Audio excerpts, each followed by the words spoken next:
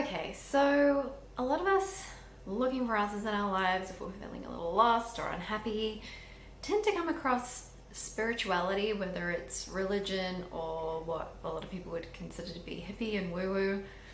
I wanted to do the odd video about the things that I used to believe that fell under the spiritual umbrella that I now sort of see from a manifester's perspective. So today I want to talk about intuition. If you want to know what I think intuition is now compared to before, understanding how manifestation works, keep watching.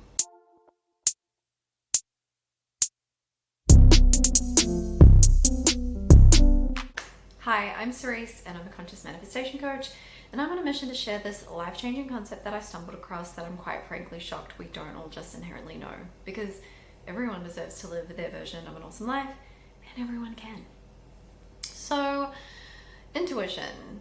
When I first came across the idea of intuition, it was definitely nothing to do with manifestation. And it would have been something that I was kind of aware of, had heard about, and kind of bought into from a relatively young age, probably like early teens.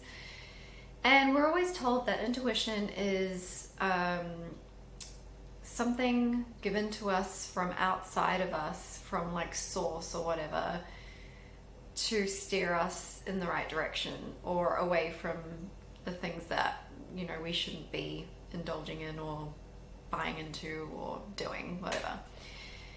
So now that I've come to understand how conscious manifestation works, I wanted to talk about what I consider intuition to be now, because when I first sort of did understand manifestation, I completely turned my back on all of the things that I had believed in before.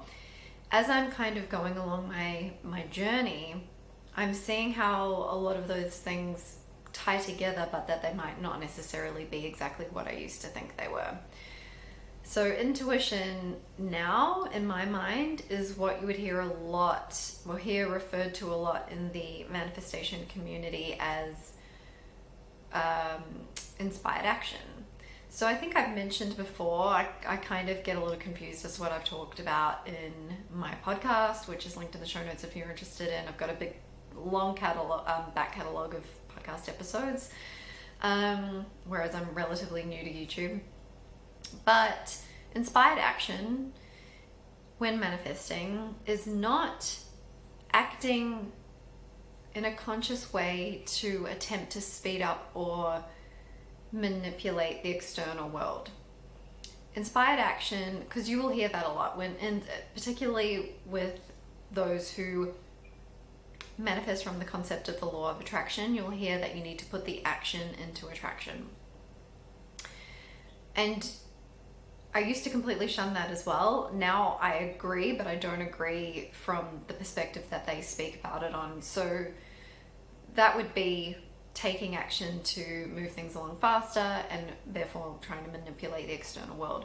What inspired action actually is, and what I believe to now be intuition, same, is when you feel compelled to do something, and usually it'll be something that's like out of your routine, or you might be even late for something because you can't find something in your room before you leave the house. I used to stress out about that sort of thing all the time before understanding manifestation, because I also kind of don't know if I believe in star signs that much anymore, but I used to believe that I was like a full-on typical Virgo, and part of being a Virgo is like timekeeping. We're usually really pedantic about being on time, keeping things orderly and things like that. Now, if I'm running a little bit late, I don't do it in a way that's disrespectful, because I still believe that everyone's time is important, and my time is not necessarily more important than anyone else's. However, I know that there will be times where I can't find something in my room that I need before I leave the house, because my world is making that happen to make me leave at a certain time, to make me cross paths with a particular person that I wouldn't have had I forced myself to leave at a particular time to get somewhere at a particular time. or to see something at a particular time that helps me with my manifestation. And that's something that you usually won't understand until you look back at what a lot of people in the law of assumption community refer to as the bridge of incidents. So inspired action or intuition is that feeling of being compelled to do, say, something, that isn't necessarily out of your routine, but just like feeling kind of inspired or compelled to say or do something. And again, you won't often think in that moment like, oh, this is to bring me my manifestation. You'll just be like, oh, I'm just going to say this, or do you know what? I'm going to take the bins out now instead of in the morning, or, I don't know why that always seems to be the example that comes into my mind when I think of inspired action, but there you go.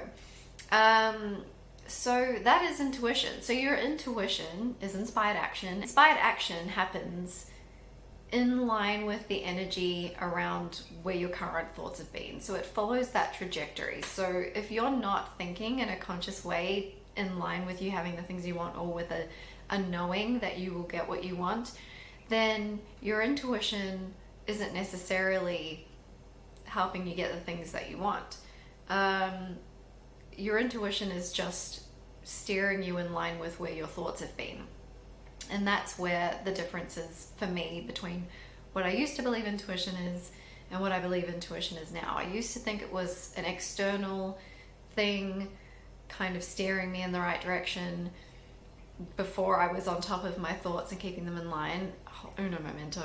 You can probably tell my eyes are sore again.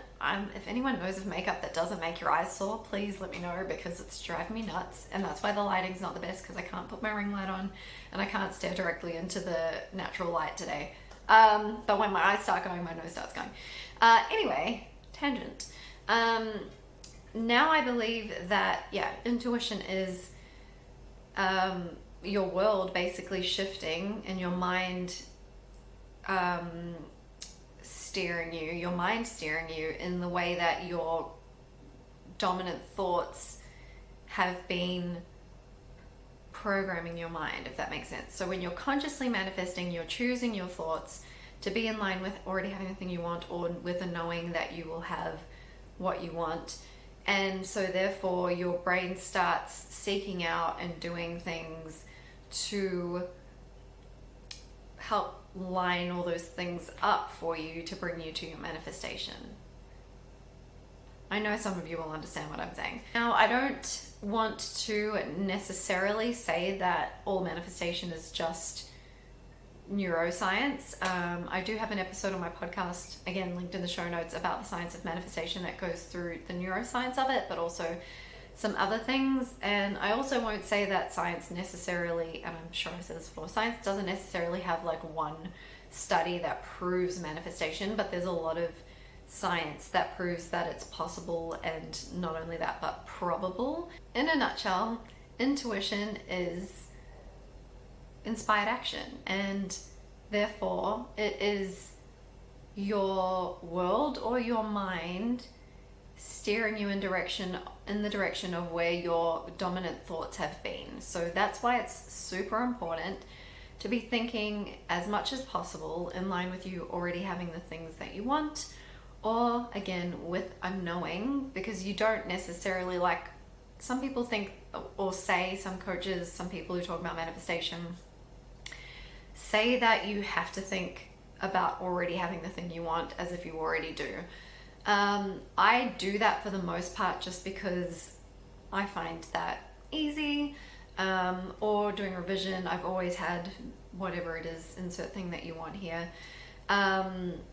Those, I find that really helpful with my manifestations. But it's all about finding what works for you. Like, I talk about things in the general umbrella of the law of assumption, because it's a modern interpretation of the law of assumption that helped me understand how manifestation actually works.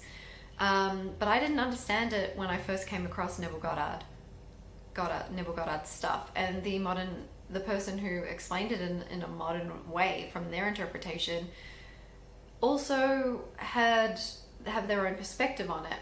And as I'm learning and as I'm manifesting and as I'm talking about it more and teaching it and coaching people on manifestation, I'm developing my own perspective on it. And when we go back to Neville Goddard as well, he also had his own teacher, Abdullah, who he speaks about in